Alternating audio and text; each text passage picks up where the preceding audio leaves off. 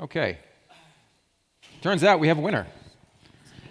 We're going to make that announcement momentarily, but I want to talk to the judges, do a quick debrief on the process, and let folks know that everyone did an amazing job, but they have a little bit more advice for some of the brands that participated today. Again, everyone is to be commended. This was a tremendous competition. But let's hear from you, Patrick. In a general sense, what did you really like out of the presentations you heard today? And what are the things that these founders really need to think about as they're moving forward?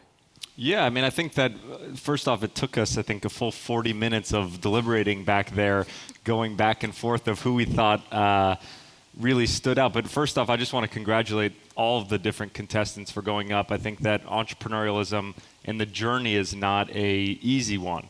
And to kind of take the leap of faith to go and to create these different product lines and to put your blood, sweat, and tears and savings and everything else for that mission that you truly believe in is honorable. And I just want to commend all of you guys. I think you're all over here. So great job. And if we can do a round of applause for all of them, I think it's...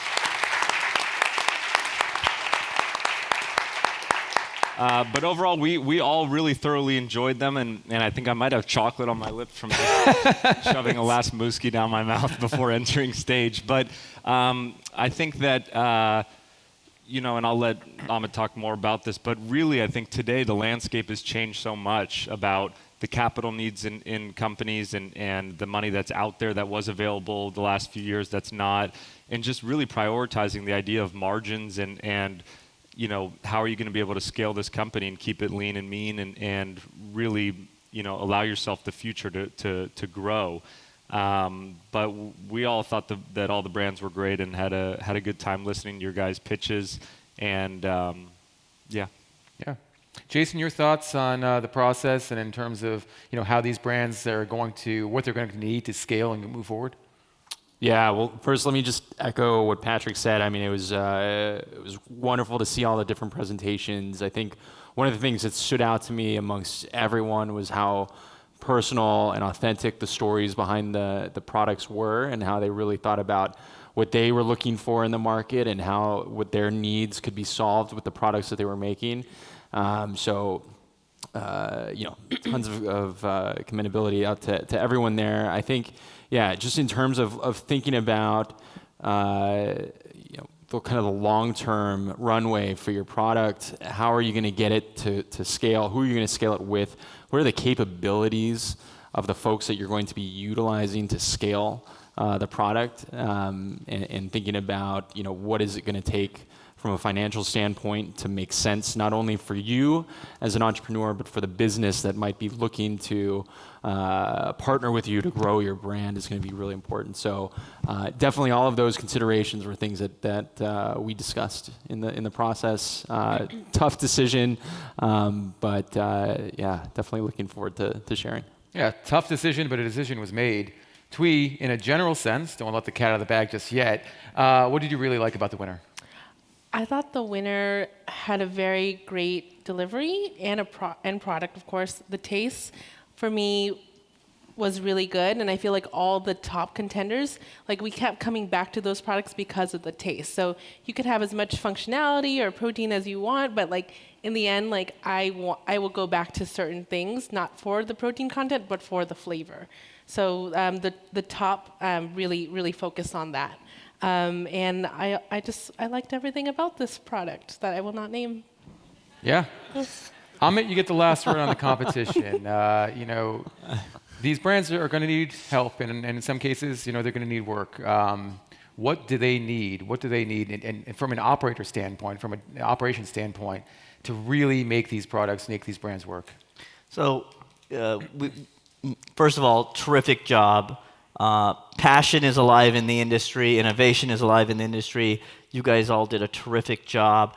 We almost came to blows over the decision. It wasn't that bad. It wasn't, but we were like, can we do a tie? It was seriously a very difficult decision. We ate a lot more product. I mean, it was tough. And I think for me as an operator, I've bootstrapped a business. I just completed a massive turnaround. anyone who knows me knows I'm a margin hawk. I think you have to really focus on your supply chains in the coming years, and from your freight to your warehousing to your product margins.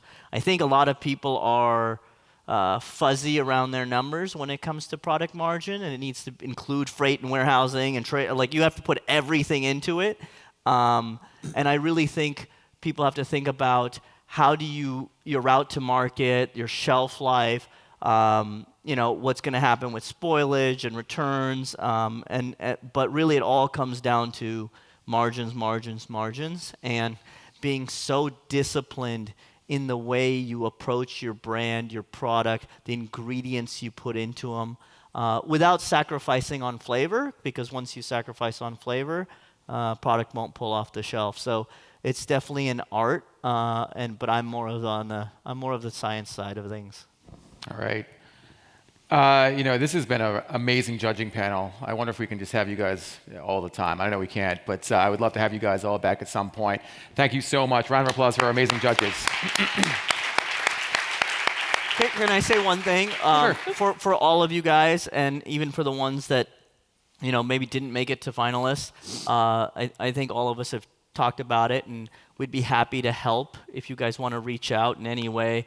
All of us are passionate about this industry. We want there to be innovation. We want these brands to succeed, and so we're really open to helping you guys. So whether you win, whether you're a finalist, or whether you have an idea, feel free. You can find us all on LinkedIn. It's probably the easiest way. But come talk to us afterwards. We'll be here the rest of the day. Just really excited for what we saw. So thank you all. Thank you so much, Amit, for saying that. And I think that's going to be very helpful for everyone.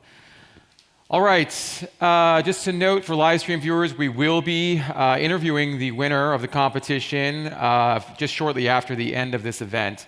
So stay tuned for that. All right. The winner of NOSH Pitch Slam 13 and a $10,000 industry awareness package is Sunnie. Congratulations to Lisette and Katy. Come up on stage.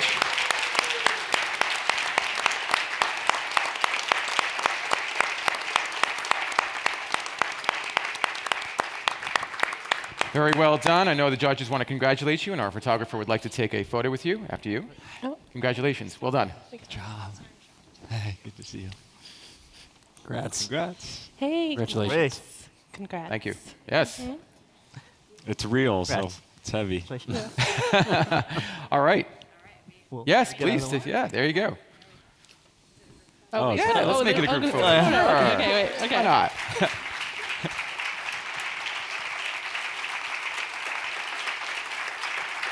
Very well done. Yeah. Congratulations. Wait, can we do a selfie too, or no? Is that Yeah, absolutely. all of it? Okay. I'll see One, it. two- Wait, Ray, where are you? All right. Sorry. Hey. 1, 2, 3. The All right, audience thank is in it too. You guys are all in it. Yes. Congratulations again to Sunnie. Well done.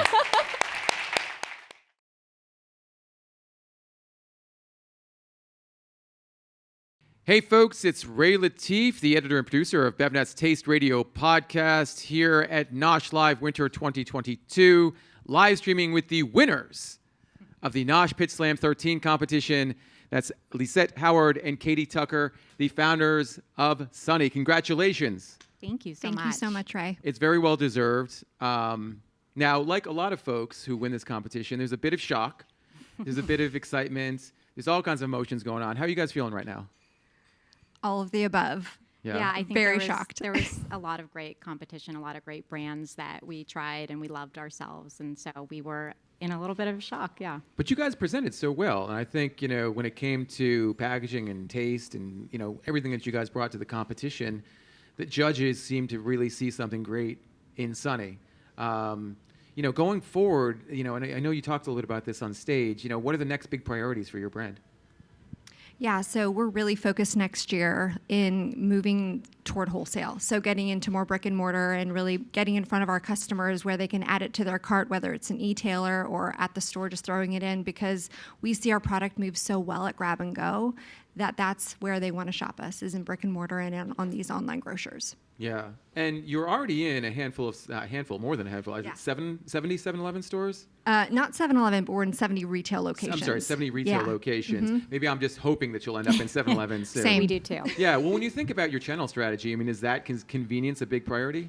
It is, yeah. So we're talking to like Amazon Go and 7-Eleven, and we see it in Starbucks and airports. Really, that convenient moment when you're looking for something and you actually are really hungry and need something fast. And at the moment, there's nothing that nutritious or that good for you in the market. So that's where we're really hoping to grab the attention of the customer. Yeah, and the white space, I think, is what really impressed the judges, you know, the differentiation that you're bringing to the food industry. From an operations standpoint, I know it's still early days for you guys. What do you need from the community? You know, what do you need from support to help you get to that next level when it comes to really refining your operations? Yeah, that's a great question. I mean, it's top of mind for us as we scale, but we are looking to move our product into co-manufacturers. So we have a few active conversations going on, but that's really going to be the key for us because as you can see, like there is so much opportunity out there for the brand. So if we have the right operating partners, we can really scale up faster. So that's really what we're after. All right, for folks listening who want to get in touch with the Sunnie team, let us know. We can connect you with them. I think the story about how the brand came to be and why you created it was really compelling as well. You know, how do you share that story, or how are you currently sharing that story, and how are you going to amplify that story going forward? Yeah, you know, I think for us, a lot of people resonate with that story. I myself, as a kid, ate Lunchables. My kids pull me to the section to grab a Lunchable.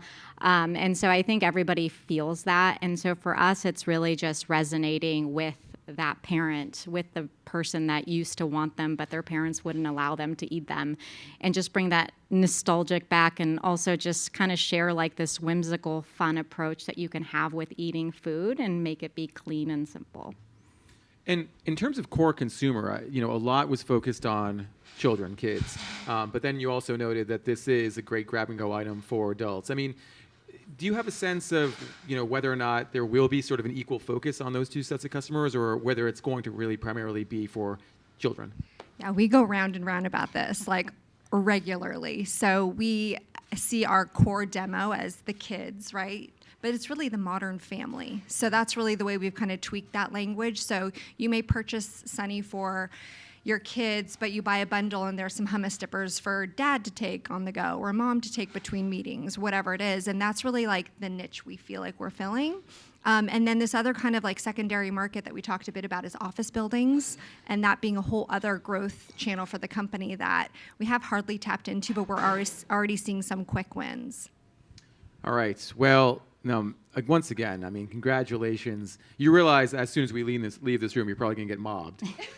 That's a good thing. But then after you get mobbed, what's the plan? You guys going to have sticking around tonight? You're going to have a little celebration? A little celebration, yeah. Maybe Yes, some Prosecco. for sure. Prosecco is always good for celebratory always good. moments. Yeah, absolutely. Lisette, Katy, thank you so much for joining me today. Congratulations again on the Pitch Slam. Good luck with everything going forward. Please stay in touch. Let us know how we can help in any way. Yeah, Will thank do. you so Thank much. you. Thank you. And that goes out to everyone watching at home. You know, we're here to report on the news, but we're also here to be a resource for all of you. So if you need anything, let us know. And you can easily send us an email to ask@tasteradio.com, news@nosh.com, news@bevnet.com. We'd love to help. In the meantime, signing off for our incredible team at BevNet and NOSH, I'm Ray Latif, and we'll talk to you next time.